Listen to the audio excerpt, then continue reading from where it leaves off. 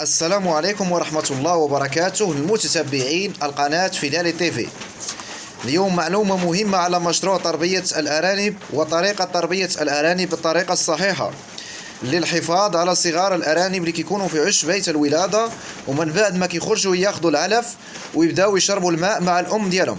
وقبل الفطام، قبل الصغار الفطام ما يتفطموا على الأعمار 35 يوم، ضروريا كل مربي الأرانب المبتدئ يحط التبن اللي فيه الألياف اللي مفيد للأرانب، اللي يعطي الصحة للأرنب ويرفع المناعة ديالو وما يسببش للأرانب الصغار اللي هي تسممات معوية أو انتفاخات أو إسهالات.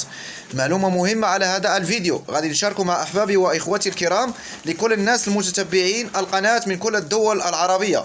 بسم الله ما شاء الله، اللهم بارك وزيد. صغار الأرانب من نيوزيلندي وكاين ريكس وعندنا شانشيلا وعندنا الأنواع كلها اللي كما كتشاهد معنا بعينك. يعني معلومة مهمة باغي ننبه لكل الناس في هذا الفيديو القصير اللي ما عطيش تبن للأرانب ليه فوائد. الأرنب ما كيجيش انتفاخ وإسهال أو ما يسببش لك موت للصغار الأرانب. هذه الحلقة قدمتها لكم، نتمنى من الإعجاب ديالكم، واللي ماشي مشترك في القناة اشترك في القناة ويفعل زر الجرس، يدعم الفيديو لايك دايما يوصلك الجديد. قناتنا الأولى اللي مخصصة خاصة بالأرانب اسمها تربية الأرانب مع محمد الحارتي، دروس كاينين معلومات مهمة على أدوية وجميع أنواع السلالات. شكرا لكل الناس متتبعين القناة. غادي نعمل فيديو على القناة تربية الأرانب مع محمد الحارتي، دوز عندنا القناة ديالنا الثانية. شكرا لكم والسلام عليكم ورحمة الله وبركاته.